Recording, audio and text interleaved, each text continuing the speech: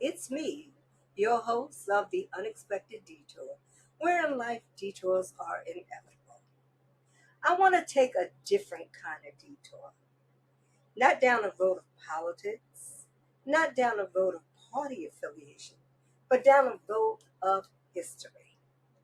As Independence Day approaches, Americans across this country will gather with family and friends.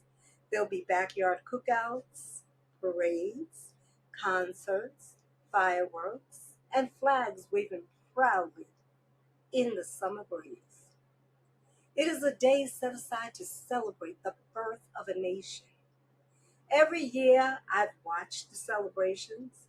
Every year I heard people speak about freedom. Every year I heard the words, we the people. And every year I find myself asking the same question. As a Black American, what exactly am I celebrating? Before you answer that question for me, walk with me for a moment. This isn't about whether I love my country. It isn't about disrespecting the men and women who served in our military. It isn't about criticizing those who celebrate Independence Day. It's about asking an honest question. Sometimes we can love something enough to ask difficult questions about it. In 1776, the Declaration of Independence declared that all men are created equal and are endowed by their Creator with certain unalienable rights, life, liberty, and the pursuit of happiness.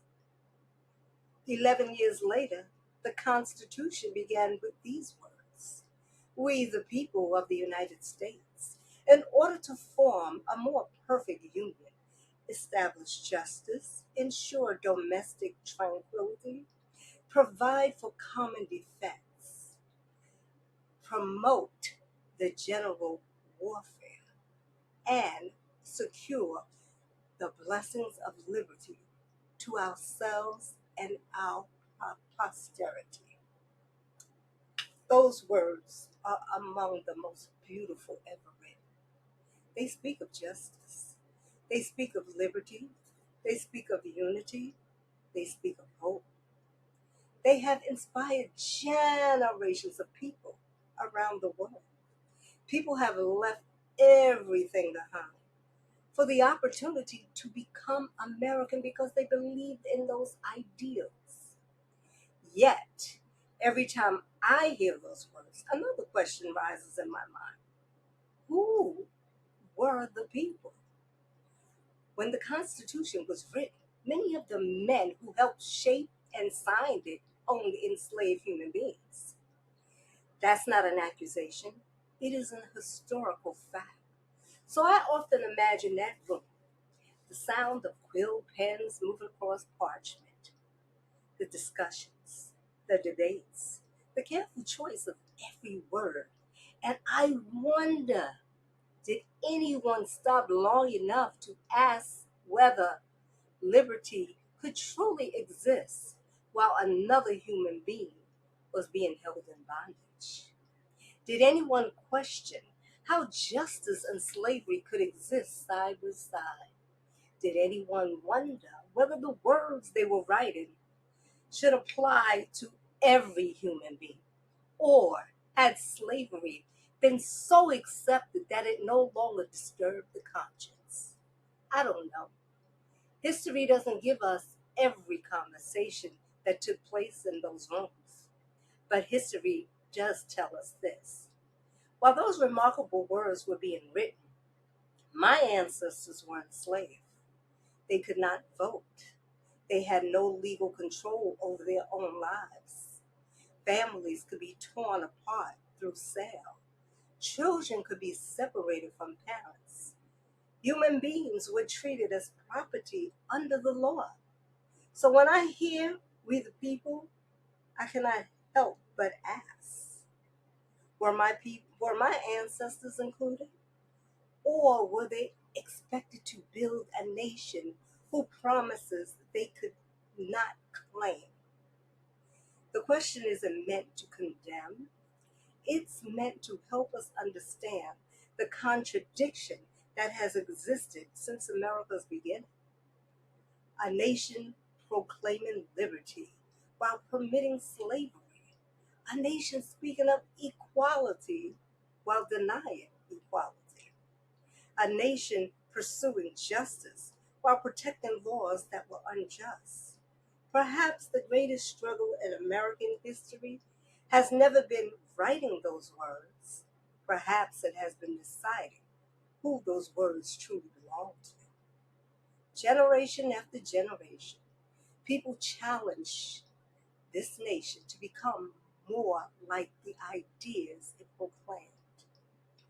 The formerly enslaved, abolitionists, women demanded the right to vote, the men and women of the civil rights movement, ordinary people whose names history may never remember, but whose courage helped expand the meaning of we the people.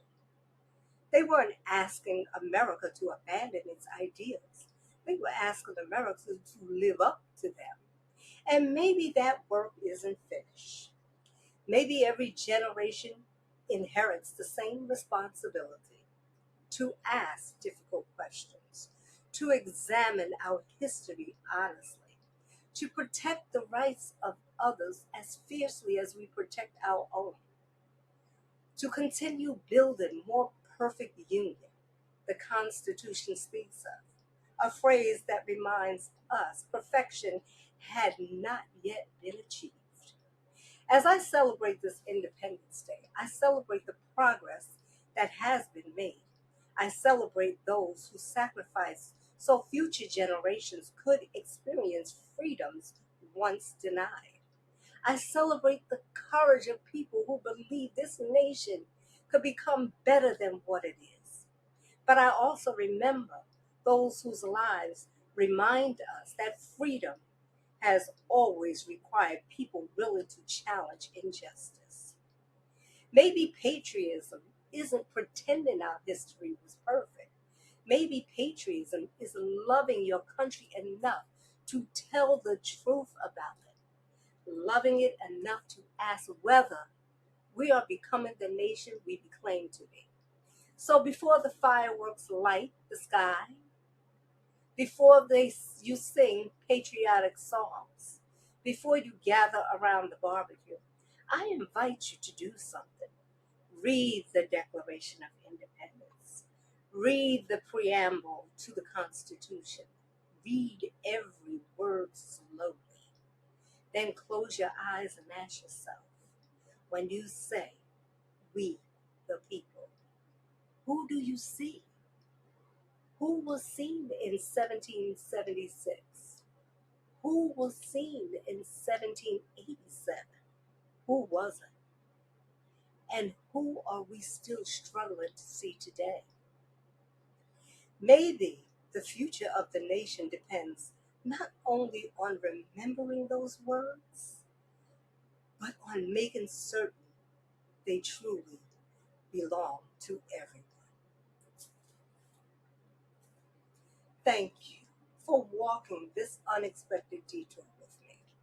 Until next time, keep walking.